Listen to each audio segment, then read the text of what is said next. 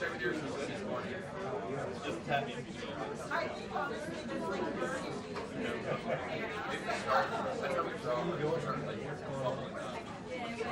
Caitlin.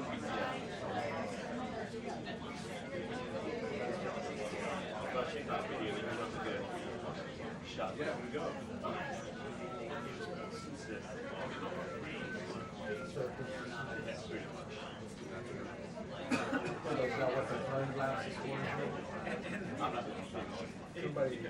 Somebody put the shop. Oh, really? I don't know. How do you see that?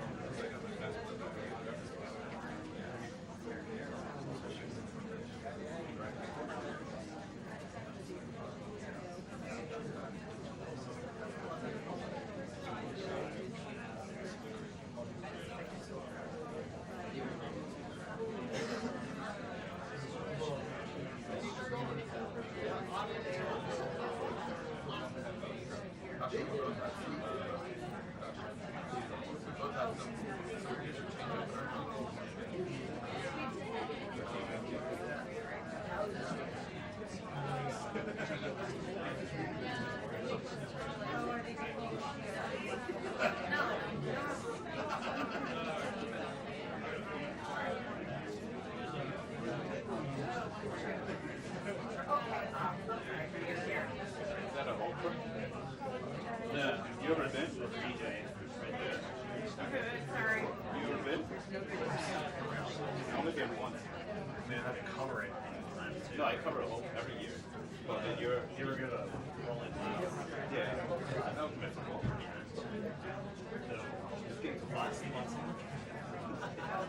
It's even better than You think so?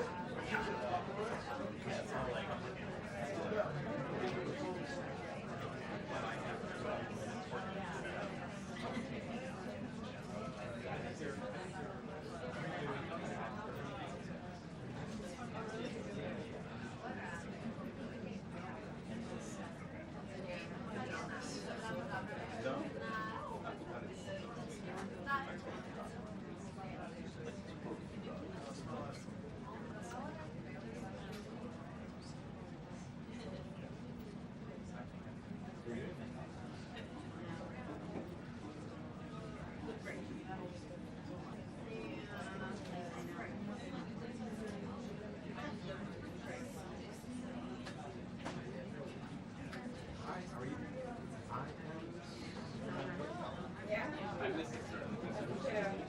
he is Memorial Day week. I know. I'm not ready for it. He's in like August to come. But he's young. I mean, he's young. So the morning after. Josh and I were talking with shit with do large ass Numbers out there. I'm thinking gold. You know what I mean? Gold.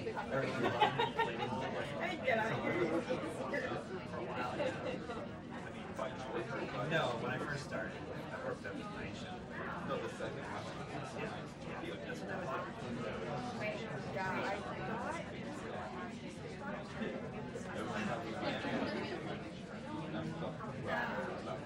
I realized that like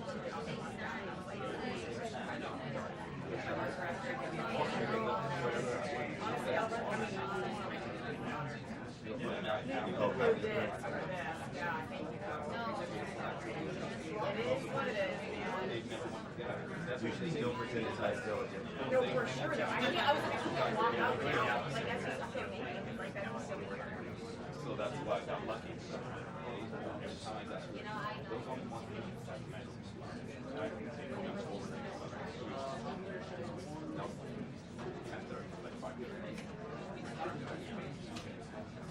But yeah, Miami, we don't think that's good guy.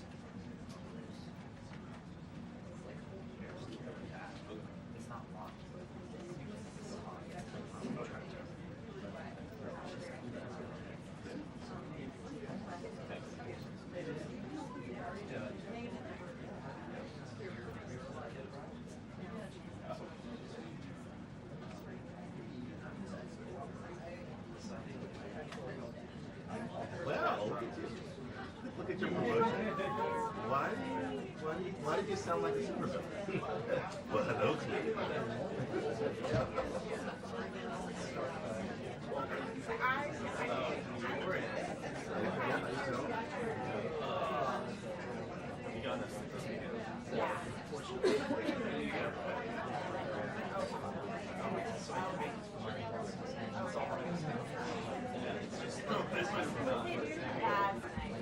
Must be the most jaded take on cherry blossoms of all time. Can't believe it. I did not miss it. Skipping it for 15 years. The crowds were actually insane. I was trying to get me out of the top of the list. And just drive through Sunday. It took me like 45 minutes just to get through like 17 You are really happy with that. Yeah. It's a tiny bit of jealousy on my poor dad.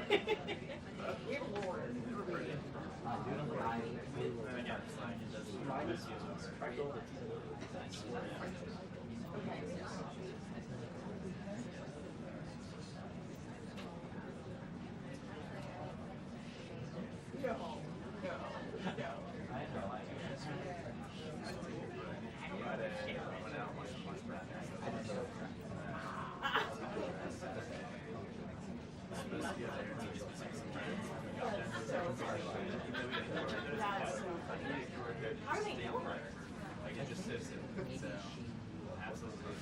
It was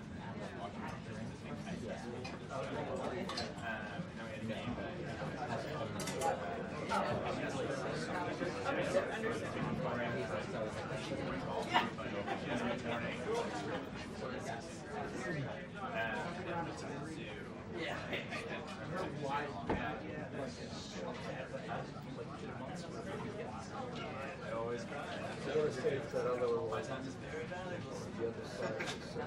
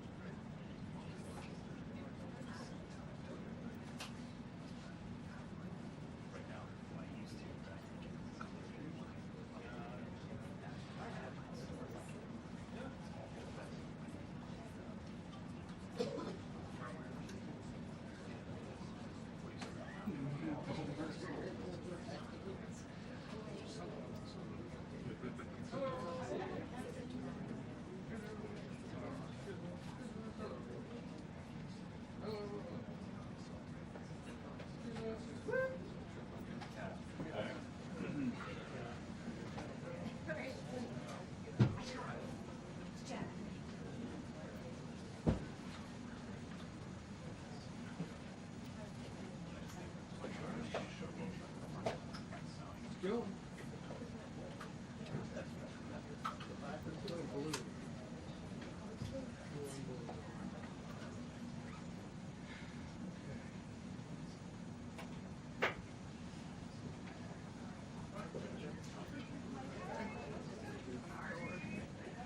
My good secretary's working. Oh, hello. Thank you. It was on Saturday.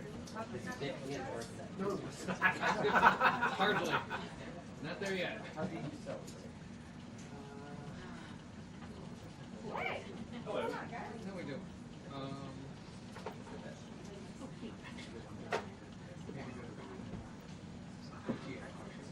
That's one guy.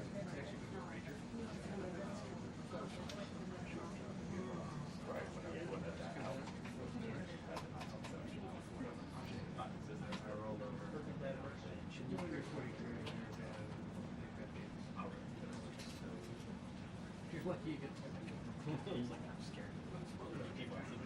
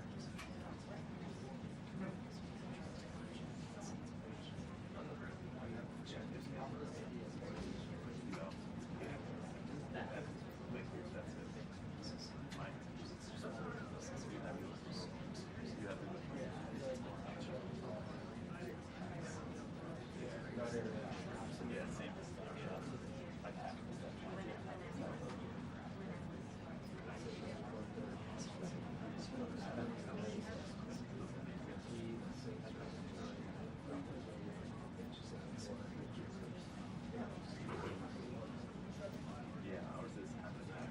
Half habit and half. Like a third. Yeah. How good one to have nine? Like a third of nine.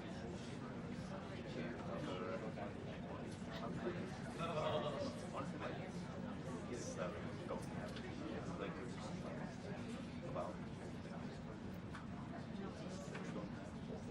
And the rest is all like, like a handful. I don't have any. I always have 400.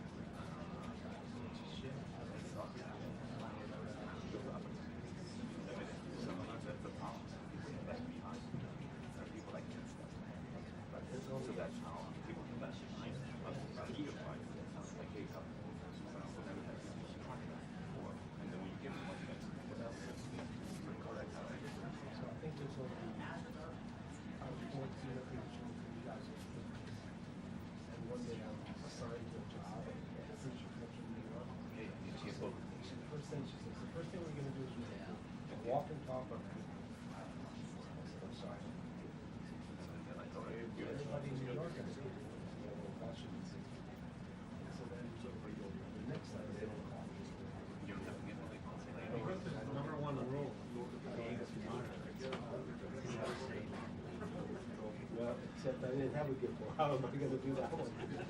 How do you do the walking dog? Kind of run away and be like, yeah.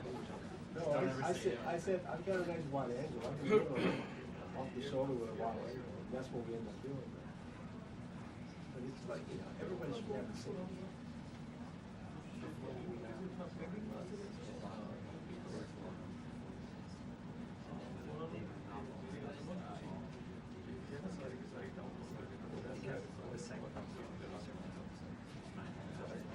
That's what we request all the time.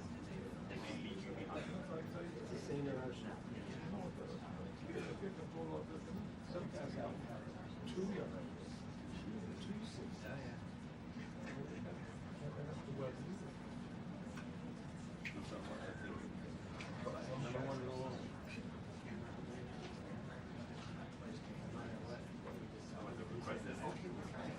Well, no, that was like the day off, you know. I never met this producer. The first thing he said to me, oh, yeah, sure. We got a green screen, we can do that.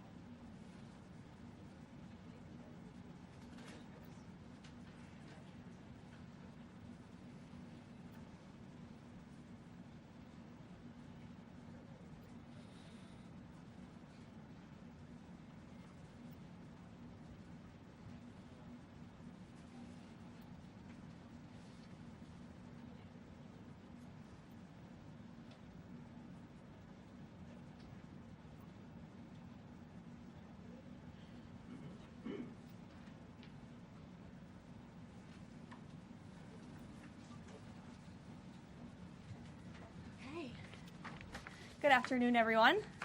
Could you hear our amen in there? We just said a little loud prayer as a team. In this Holy Week, President Trump and the First Lady are joining in prayer with Christians celebrating the resurrection of our Lord and Savior, Jesus Christ. On Wednesday, the President will host an Easter lunch in the East Room with faith leaders across the country to celebrate Holy Week. With respect to the ongoing major combat operations in Iran, Operation Epic Fury is moving ahead successfully and according to plan. With each passing day, the United States military is increasing its advantage over the terrorist Iranian regime. More than 11,000 enemy targets have been struck to date, each strike further crippling the regime's offensive and defensive capabilities and creating more leverage for the United States and our allies. Compared to the start of the operation, Iran's ballistic missile and drone attacks are down by roughly 90%. The United States is also decimating the Iranian regime's navy. We have destroyed more than 150 of their naval vessels so far, including 92% of their largest vessels. The Iranian Navy has no vessels operating in major regional waterways and no ability to project naval power, which is why they've been assessed as combat ineffective. Our military continues to obliterate Iran's defense industrial base, with nearly 70% of their missile, drone, and naval production facilities and shipyards damaged or destroyed thus far, significantly reducing their ability to pose future threats in the region. U.S. and Israeli joint forces control the skies and have asserted air dominance over Iran, completing more than 11,000 successful combat flights thus far. The trend remains clear. The United States is conducting more intense, targeted strikes with devastating combat power with each passing day to destroy the threat posed by the Iranian terrorist regime, as President Trump sought out to do a month ago. It's no surprise that we are seeing the remaining elements of the regime become increasingly eager to end the destruction and come to the negotiating table while they still can. Despite all of the public posturing you hear from the regime and false reporting, talks are continuing and going well. What is said publicly is, of course, much different than what's being communicated to us privately. As a result, President Trump issued a 10-day pause to postpone planned strikes on Iranian power plants and energy infrastructure. This remains a truly once-in-a-generation opportunity for the regime to make a good deal with the United States, permanently abandon their nuclear ambitions, and stop acting as the world's leading state sponsor of terrorism. If the Iranians reject this golden opportunity, the greatest military in the history of the world continues to stand by to provide President Trump with every option available to ensure this regime continues to pay a grave price.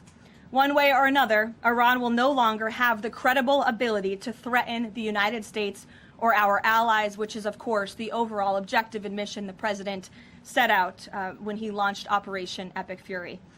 Unfortunately, even as President Trump is working hard every single day to protect the United States from foreign enemies, Democrats on Capitol Hill have failed to do the same here at home by keeping the Department of Homeland Security unfunded.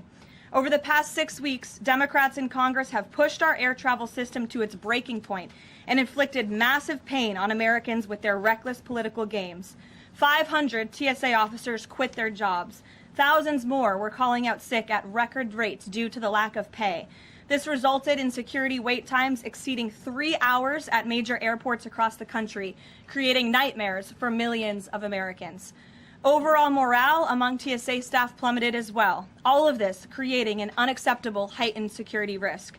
Because of the Democrats' unwillingness to do their basic job of funding DHS, President Trump determined that these circumstances constituted an emergency, compromising American security.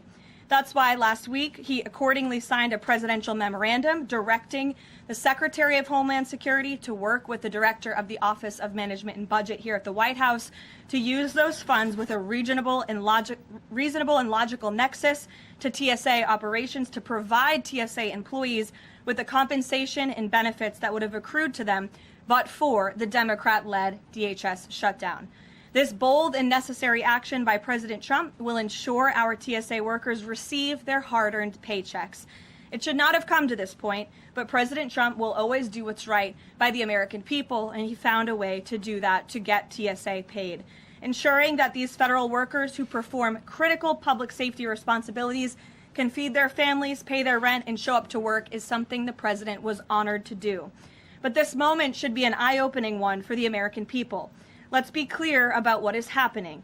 Democrat members of Congress are more than happy to put your safety at risk because they oppose the president's and his administration's efforts to enforce our nation's immigration law. Democrats refuse to fund ICE because they want millions and millions of illegal aliens to pour into the country just like they were under the Biden administration. They want murderers and rapists and thugs to remain in your communities rather than be removed by ICE and Border Patrol agents. The Democrats created this mess. They are the reason for long lines at airports and tens of thousands of employees going without pay. Once again, President Trump is cleaning up their mess because he cares more about the American people than destructive, petty, partisan politics. With that, I will take your questions today. Here in our new media seat, we have Wid Lyman. Thank you for being here. And why don't you kick us off? Thank you. Happy Easter. Thank you. You as well. Two questions for you. Thank you. There are some concerns the administration is starting to change its position on deportations, border enforcement, possibly asylum policies. What would you say to Americans that are somewhat concerned that the shift has happened? Sure. Well, while there has, of course, been a change in leadership at the Department of Homeland Security with former Senator, now Secretary Mullen, joining the president's cabinet, I can assure the American people there has not been a change in policy. It has always been the policy of this president and this administration to deport the worst of the worst illegal alien criminals from our communities. That's something I know Secretary Mullen remains wholeheartedly committed to doing. And it's something that is overwhelmingly popular with the American people. And it's something that is necessary to protect our homeland and to prevent deaths of Americans in our country. Just last week, Sheridan Gorman, a young woman in Chicago, was shot and killed on the street walking with her friends outside of her university by an illegal alien from Venezuela who had no right to be here in the first place. And it's despicable that Democrats are currently defunding the department that's responsible for removing illegal aliens like that. And I would also add it's despicable that the lack of coverage of this young woman's case, of her life, and the way that it was tragically cut short.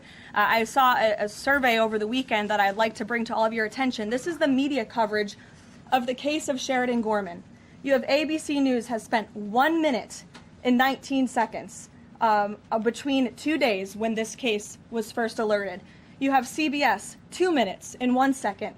You have NBC, 23 seconds spent on the life of a young, beautiful American woman whose life was taken short by an illegal alien who should have never been here in the first place, when we are in the middle of a battle on Capitol Hill with a major political party, the Democrat Party, who wants to defund the agency that is responsible for protecting Americans. I think her life was worth more than 23 seconds on cable television, and I think the people in this room have a responsibility to report on cases like this because it just exemplifies why the president believes so strongly in deporting illegal aliens from our communities. And thank you for the question.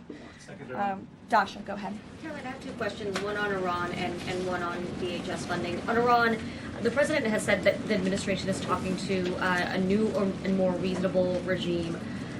How confident are you that they are legitimate and have enough grip on power? Marco Rubio said earlier that he's not sure and it's not clear whether they will be in power. So are you also talking to other factions?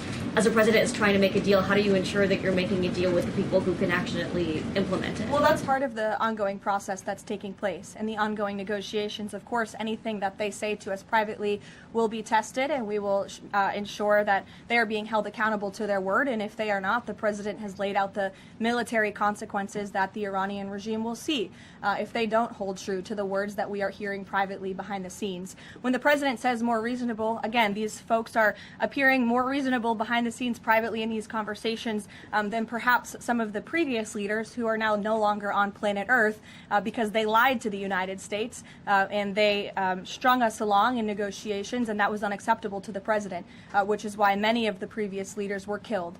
So again, this is another historic opportunity for Iran to do the right thing, to rid themselves of their nuclear ambitions and to come to a deal with this president and the administration.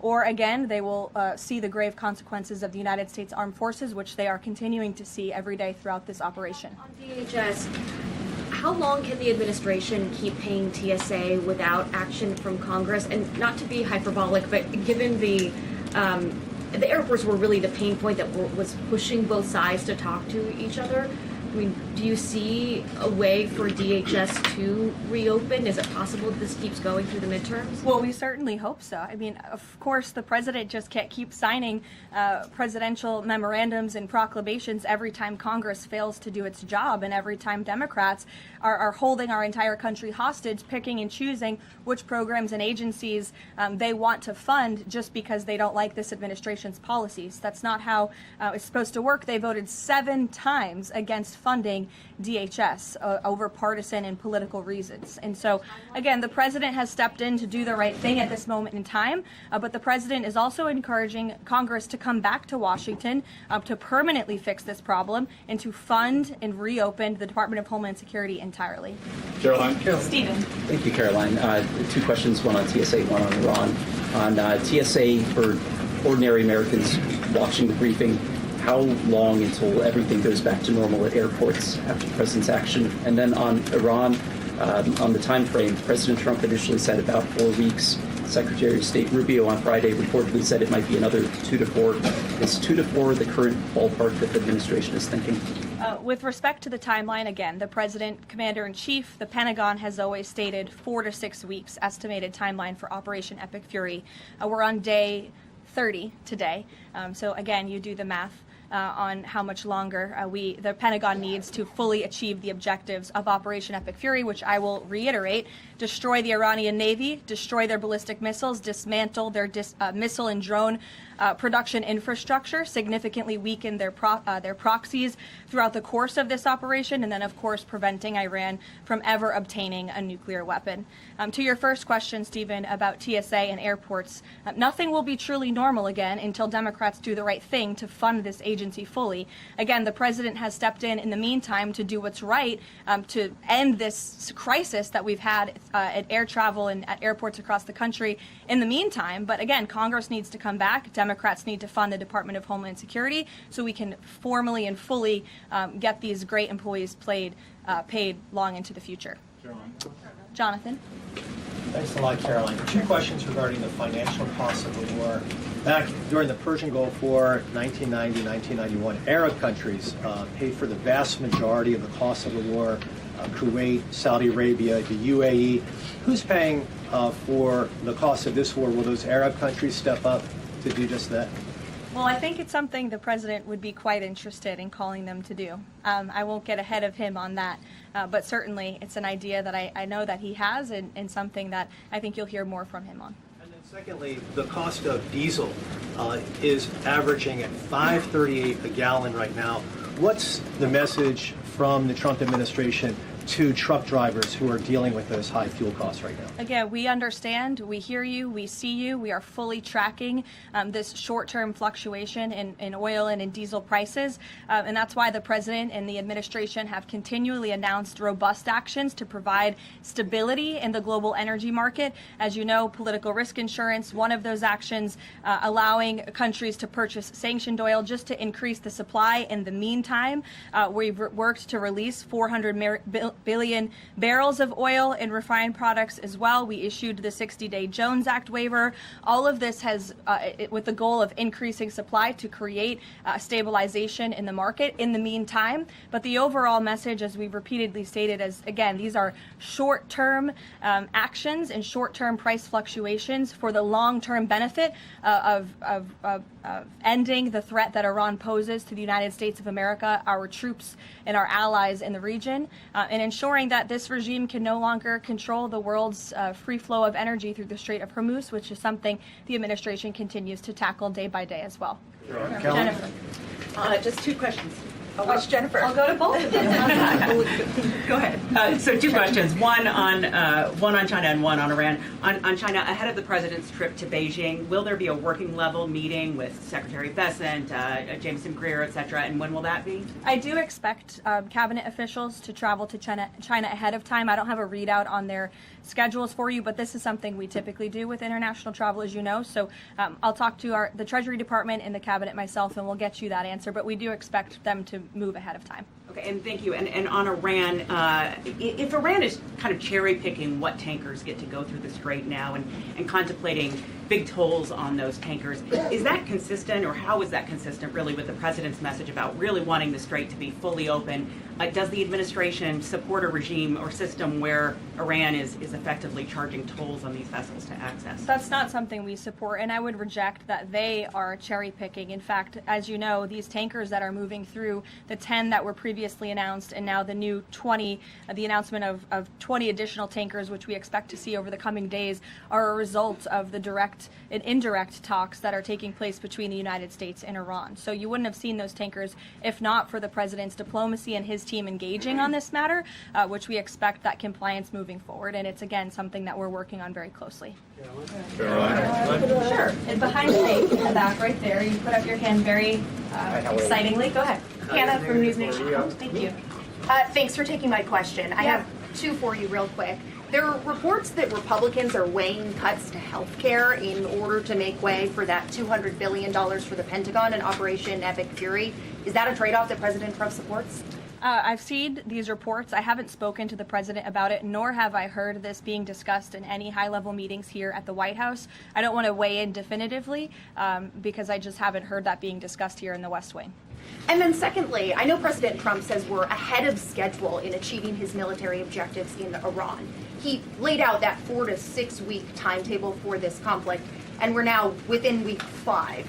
So how do you square kind of those two? Well, 4 to 6 weeks estimated timeline. Again, you just said we're on day 30 of the operation.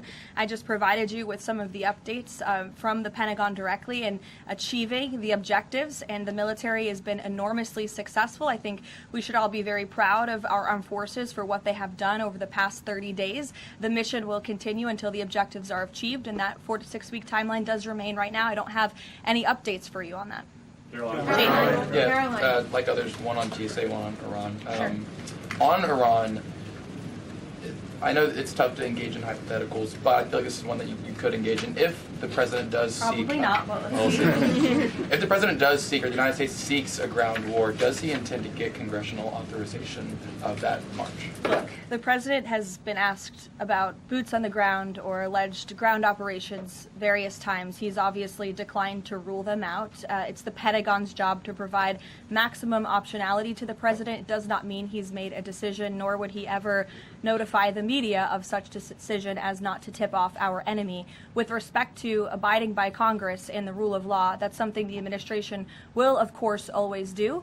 And it's something that we have great respect for Congress. The president does with military operations. In fact, prior to the launch of Operation Epic Fury, as you know, the administration gave a courtesy notice to Congress in the Gang of Eight, and top-level administration officials and cabinet secretaries have gone to Congress multiple times over the past 30 days to provide those courtesy briefings to Congress when requested.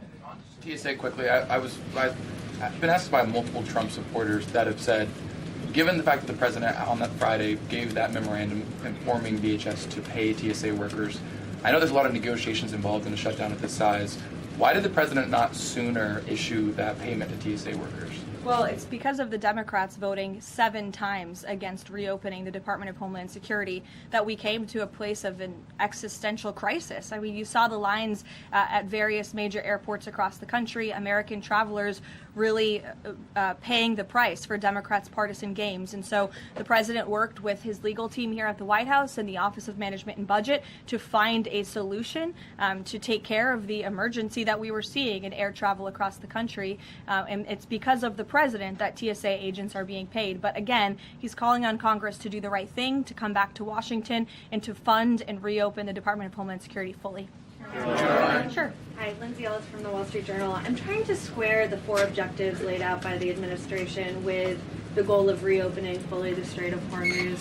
Would President Trump declare victory and wind down military operations if the 4 objectives are met, but still passage remains quite slow through the strait?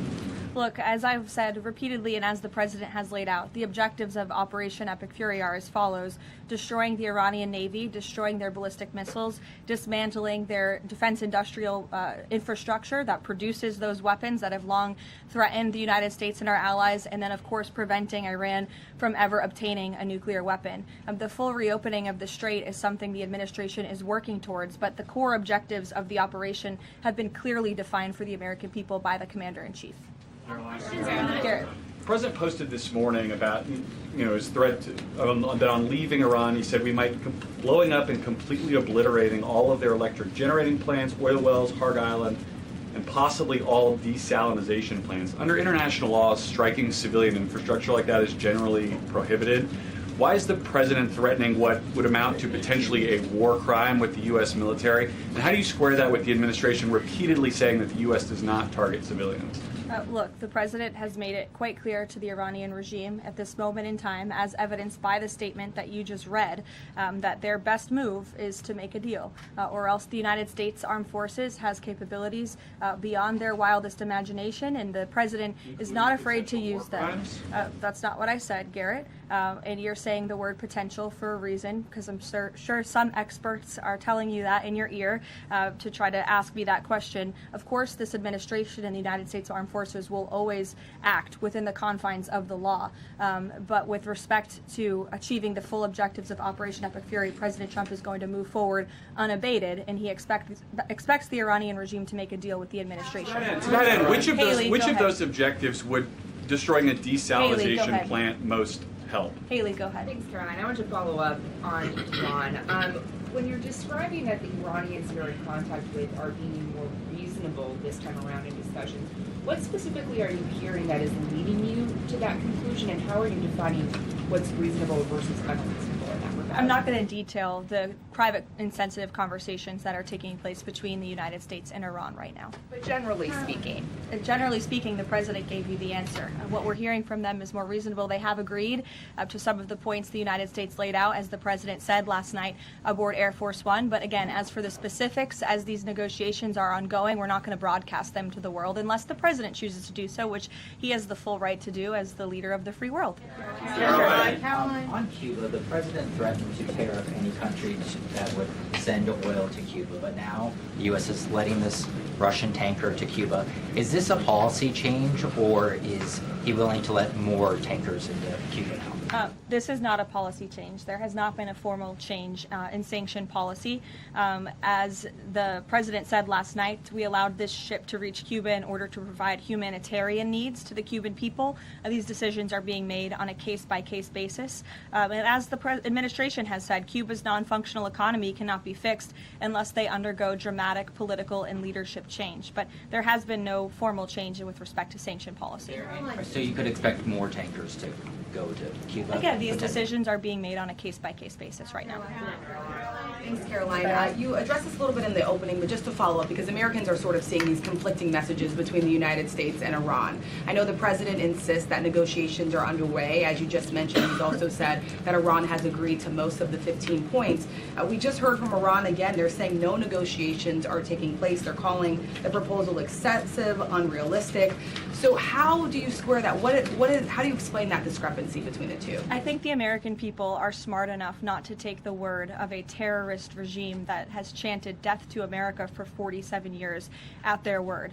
And I hope the journalists in this room are wise enough not to take an Iranian regime that has repeatedly lied about our country, about our values, about everyone in this room, frankly, for nearly 5 decades. So I think the American public are smart enough to understand that. And just to follow up on the objectives, you've laid them out, but I know the president has set a deadline for April 6th in just 1 week.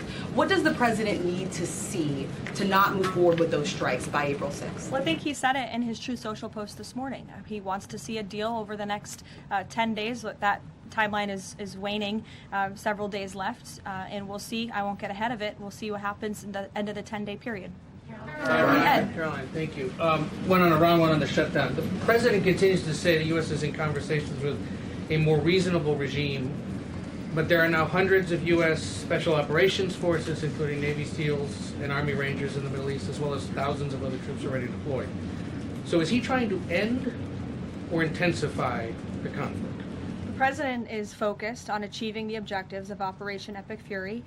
With respect to forces that are on the ground in the Middle East, it's the job of the Pentagon to create maximum optionality for the Commander-in-Chief. It does not mean the President has made any additional decisions. Again, he remains focused on ensuring that the Pentagon continues to achieve the objectives of the operation that was launched 30 days ago, and we're well on our way to doing that. So if an American sitting at home hearing him say, I want to talk, but I keep seeing them send troops to that region, what are they to make of what's going on? There's two tracks here. The President has always said that diplomacy is his number one option and priority. Again, he tried earnestly, in good faith, to engage in diplomacy with the Iranian regime prior to this operation being launched in the first place.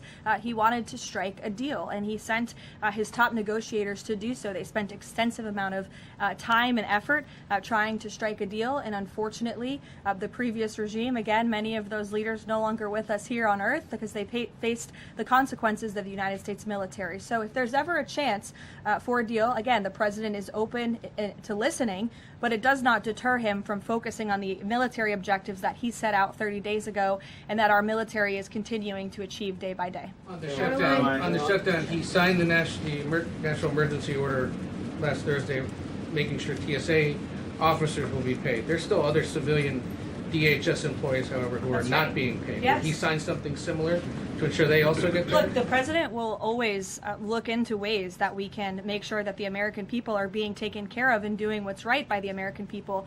But again, it's ridiculous that the President even has to go to the length of working with the legal team and the Office of Management and Budget to identify these funds. It is the job of Congress to fund these agencies. And Democrats in Congress have voted 7 times against funding the Department of Homeland Security. Congress should come back and they should get it done. The President, again, made the decision to prevent this existential crisis we were seeing at our nation's airports across the country that was only going to get worse, and that's why he wants Congress to do his job. Thank you, Karoline. Since you mentioned, I'll go to you as well. You're welcome. Since you mentioned Easter and prayers, I wanted to ask you about something the Pope said yesterday. So Pope Leo said yesterday, and I quote him, "God does not listen to the prayer of those who wage war." Can you comment on that? I think our nation was a nation founded 250 years ago almost on Judeo-Christian values, and we've seen presidents, we've seen the leaders of the Department of War, and we've seen our troops go to prayer during the most turbulent times in our nation's history. And I don't think there's anything wrong with our military leaders or with the President calling on the American people to pray for our service members and those who are serving our country overseas. In fact, I think it's a very noble thing to do. And if you talk to many service members, they will tell you they appreciate the prayers and support from the Commander-in-Chief and from his cabinet. Karoline, thank you. President Trump told the New York Post that a response is coming shortly to Tehran attacking Israel's largest oil refinery. Is there a timeline on that? Is that tied to the success or not of the negotiations? I don't have any updates for you on the President's comments. Still consider the IRGC in control of Iran?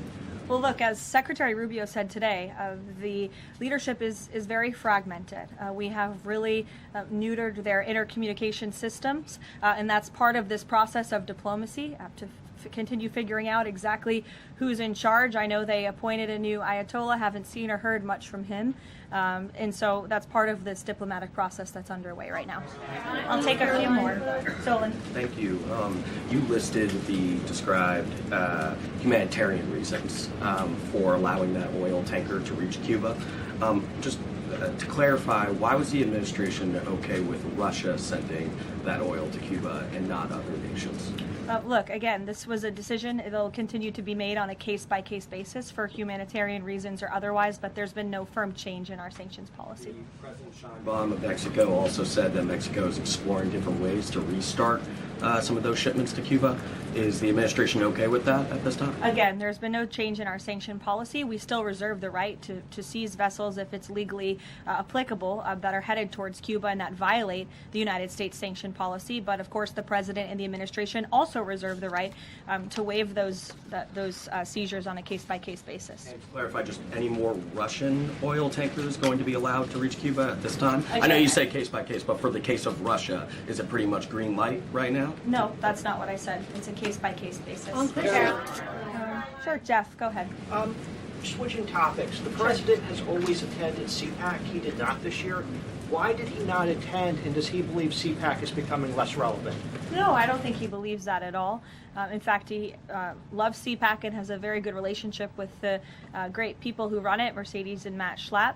It was just simply for scheduling purposes this year, with it being in Texas. It was best for the president's schedule and what he has on his plate right now not to go. Carolina. Michael. Thank you, Caroline. If and when Michael. a deal is finalized with Iran, how does the U.S. provide protection to who it's negotiating with to ensure that they can carry out the president's peace plan? Again, that's something I'm sure our national security team is discussing. I don't have anything for you on that today. On the ballroom, can you tell us more about this massive military complex underneath the president's new ballroom? I cannot tell you more about that, actually, as a matter of fact. However, the military is making some upgrades to their facilities here at the White House, and I'm not privy to provide any more details on that at this time. Go ahead. Reagan. Thanks, Caroline. Question on the Middle East and then a question on Antifa. Netanyahu said Sunday that Cardinal Pizzaballa will be able to hold services for Palm Sunday in the Church of Holy Sepulchre after he was initially blocked by Israeli police. Did anyone from the administration or the president call over to Israeli officials to assist the cardinal in this? Yes, I did speak with Secretary Rubio this morning, and we did express our concerns with Israel with respect to these holy sites being shut down. We want worshipers to be able to access these holy sites. Of course, safety is a top priority, but we understand Israel is working on those security measures to reopen the sites throughout Holy Week, and that's something that we're appreciative of. Antifa. Sure. In Texas, 9 people have been convicted by a federal jury on domestic terrorist charges connected to Antifa. The White House has previously indicated that you guys are investigating Antifa, who's funding them, who's leading them. Can you provide an update on how that investigation is going, and do you think we're going to see more charges against people connected to Antifa? Well, I do know that there was an entire task force that was set up, an interagency task force, to focus on the threat of Antifa, which, as you know, Reagan, this president declared a domestic terrorist organization, rightfully, and we will continue to look into it. I don't have any updates on those specific investigations, but I'd be happy to have my team get those over to you today, as this continues to be of the utmost importance to the president and his domestic policy agenda. Caroline, JJ. On one question on landmines, there's been some reporting that American-made landmines have been spotted on the ground in Iran. Did President Trump sign off on using U.S.-made landmines in Iran? I don't have any comment on that report today. Caroline, whether they're being used at all? I don't have any comment on that. Karen. Two on DHS. You said that the president is encouraging Congress to come back to D.C. You also Yes. said yourself. How has he done that? Has he told leadership that they should cancel recess and come back? He said it repeatedly. I think you recall. He said that he'll host a big Easter dinner here at the White House if Congress will come back and fight the Democrats on this issue, which we should do. Because, again, the Democrat Party is in the wrong here. They have voted 7 times against funding the Department of Homeland Security, which is completely egregious with everything we have going on in the world. And these brave men and women who serve DHS deserve to get their paychecks. The president wants to see that happen, and he wants Congress to come back to get it done. On the paychecks, Caroline.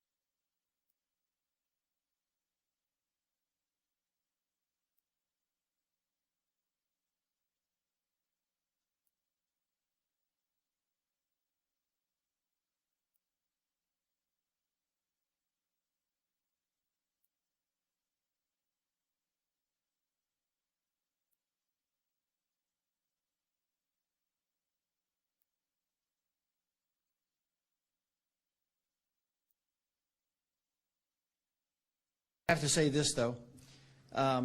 Since Jack has been in town, occasionally I'll get a call from Jack, and he'll only ask me, how are we doing?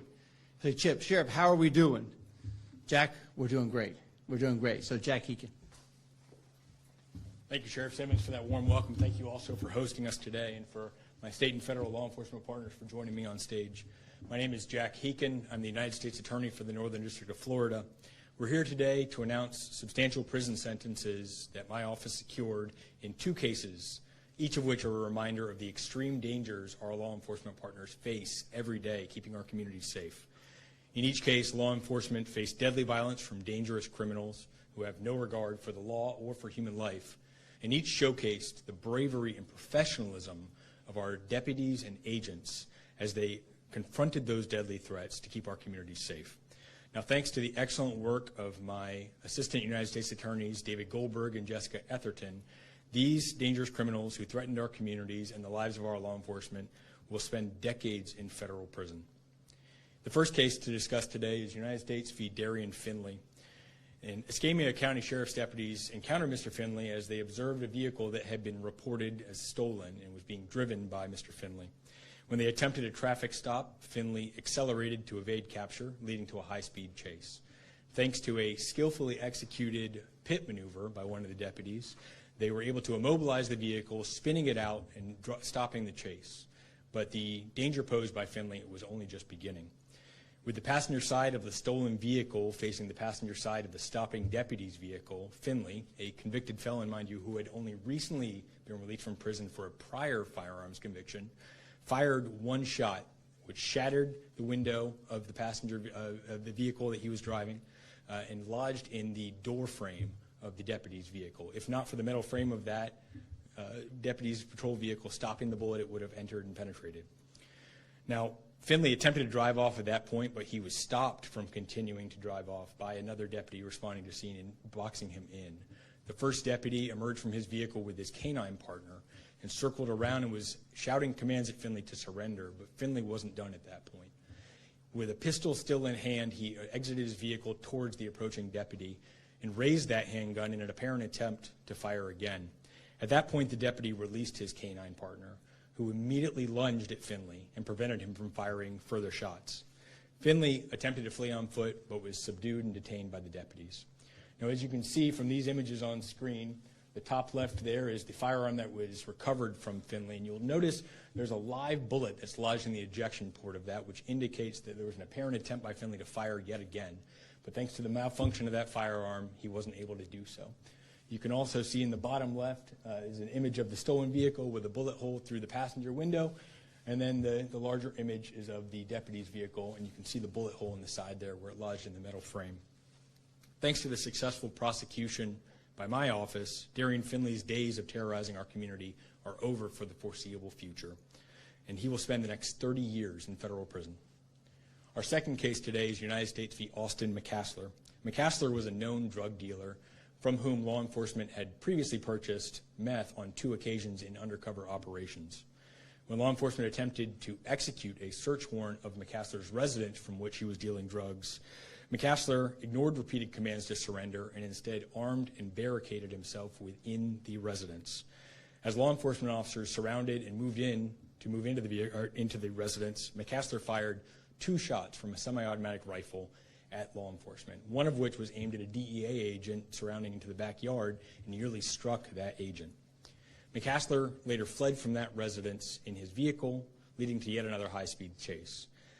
Escambia County Sheriff's deputies were hot on his tail, and again, thanks to a skillfully executed pit maneuver, they immobilized his vehicle, and after a brief attempt to flee on foot, they were able to subdue him and take him into custody. As you can see on screen here, these are some of the items that were recovered from McCasler's residence. You'll notice a semi-automatic rifle that he used to fire twice at law enforcement, a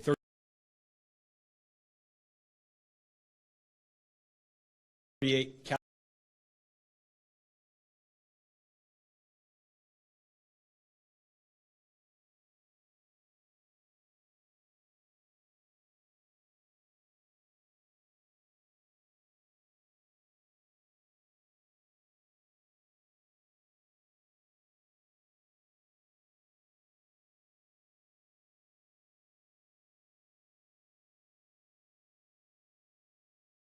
And this is an opportunity for us to recognize and celebrate the bravery and selflessness of the men and women of law enforcement who put themselves on the front lines against crime every single day. But it's also a somber tribute to those who paid the ultimate sacrifice in service to our communities, in a way to honor those who were killed in the line of duty in the prior year. The threats our law enforcement face are, unfortunately, growing more frequent. Because of that, it is more important than ever that we aggressively prosecute cases like these, and we seek maximum punishments against defendants like these to send the clearest message possible. Now, to the state and federal partners who are joining me on stage here today, my message is clear.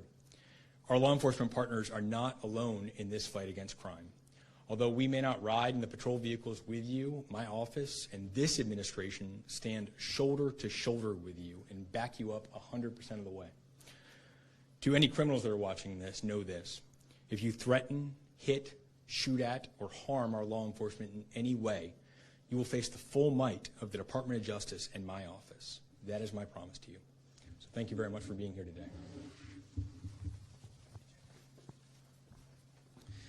Thank you, Jack. When I hear of that stories where they're shooting at, trying to kill law enforcement officers, whether federal officers or local officers, I smile with a sense of pride, not because they tried to shoot and kill one of our officers, but because they weren't successful, because we understand that this is a dangerous job, and we survived not just to tell about it, but to testify about it, which was why they're going to do a lot of time in prison. Next speaker is Deputy Commissioner Vaden Pollard from the Florida Department of Law Enforcement. Thank you, Sheriff, and thank you all. The partnerships are excellent out here in West Florida. I do want to say thank God for law enforcement, because they got both of these threats off the street, and then prosecution has put them away for a very, very long time. But they're not going to impact our communities. I'm proud to stand here with all of our partners today. When individuals seek to harm or even kill one of our own, they will be held fully accountable, as seen with these announcements that you've heard. Law enforcement officers are more than just uniforms and badges. They are parents, neighbors, coaches, and friends. They run toward danger when others run away, but every shift carries risks, from unpredictable encounters to the mental toll of the constant adversary environments they can be in. If we allow threats, intimidation, and violence to erode our ability to serve, it will weaken the foundation of public safety. Protecting our law enforcement officers, it is paramount. It starts with support and continues with holding bad actors accountable, and with the entire arm of the law always working diligently to put a stop to bad actors. FLE continues committed to working with our partners on every level. We continue to support those who took an oath to protect our communities. And it's an honor, again, that I'm here with everyone today. Our message is simple. An attack on one officer, one deputy, is an attack on the safety of our entire community. We will not tolerate it, and we will continue to take full action to stop it. Thank you. Thank you, Vaden. Now we'll hear from Chief Deputy Randy Tift from the Santa Rosa County Sheriff's Office. Thank you, Sheriff. This is a good day, and mostly because all of our law enforcement officers involved in this incident are safe. They got to go home to their families. Everybody standing up here took an oath for public safety, and that's what this is about. These incidents, getting these two people off of the street, is about public safety. It's about eliminating future victims. It's about reducing overdoses in our communities. It's about getting the drugs off of the streets, putting people behind the bars that are endangering the citizens of our counties. We're going to come after you. As you can see, there's a great partnership with our federal partners, our state partners, and the sheriff's departments, police departments. We're going to work together. We're going to continue to work together to put all of these people that are endangering our deputies and our law enforcement officers in the First Circuit. It puts them in danger. We're going to get them off the street. And we appreciate U.S. Attorney's Office for their strong stance on these criminals and against crime and against someone who does something toward our law enforcement officers. So I want to thank you. I want to thank all of our partners. And for the ones that are out there doing what these two did, we're coming for you. We're not going to stop until we get you all behind bars and make sure that our citizens and our communities are safe. Thank you. Thank you, Chief. Our thought is that the criminals, the violent criminals, will have a hard enough time if they're being investigated by in any of these individual units, whether it's the police department, the sheriff's office, the Santa Rosa County Sheriff's Office. But imagine what we have here when we have this partnership. When we have the kind of partnership where the U.S. Attorney will call and say, how are we doing? When we tell our recruits to come to the sheriff's office, come in local law enforcement, and you have a front row seat to the greatest show on earth. We don't always tell them, Larry Richardson, that when you turn a car in a pit maneuver, they might just shoot through your car door, but you survived, and we're glad you did. What you showed that day was commitment and courage. Even though the guy had a gun, you didn't stop. Thank goodness for the canine as well. So again, what you've seen here is partnerships. What you've seen here is aggressive investigation, aggressive prosecution, and aggressive sentencing. So we really do appreciate that. If there's any questions, please just ask the question and try to pinpoint exactly who you have the question for. Any questions? Sure, for Mr. Heakin. Okay. Mr. Heakin, first I want to thank your office. You're putting out 100% more information on your prosecutions than perhaps your predecessor did. But based upon this volume of information we're getting, it seems you're making a lot of prosecutions against repeat offenders in West Florida. How does the decision arrive between whether this is a state's attorney case or whether it's a U.S. federal case? Well, first off, I'll give complete compliment to Ms. Bowden-Madden, who is a phenomenal partner in our fight against crime. We are on the same page. Oftentimes, it is a close negotiation between us as to who would be the better avenue to pursue maximum justice, and that's the ultimate goal of any prosecution, is making sure that we are taking the worst of the worst off the streets for as long as possible. Sometimes the state has that opportunity. Often the federal system has better resources that we're able to pursue those increased sentences. We can also pursue and build larger cases in ways that I think the state might be a little more constrained in their resources. But we are unified in our fight here. This is not an either or. We each have the opportunity to pursue justice, and we are unified in our pursuit of that right now. Any more questions? All right, I know that the people that are standing up here are like the heads of the agencies, but we also want to say thank you to the people that do the work, right? The deputies on the street, the police officers out there, the agents out there. I see a number of them in this area. Chris, Mr. Goldberg, I see a lot of y'all out there that do the work, and we certainly could not do that without you guys. And to the media, thank you for presenting our message. And our message, as you've heard here repeatedly, this isn't the place. And our area, Escambia County, Santa Rosa County, this region is safer today than it was a couple of months ago. And we continue to strive to make it safer and safer. So thank you all very much for coming.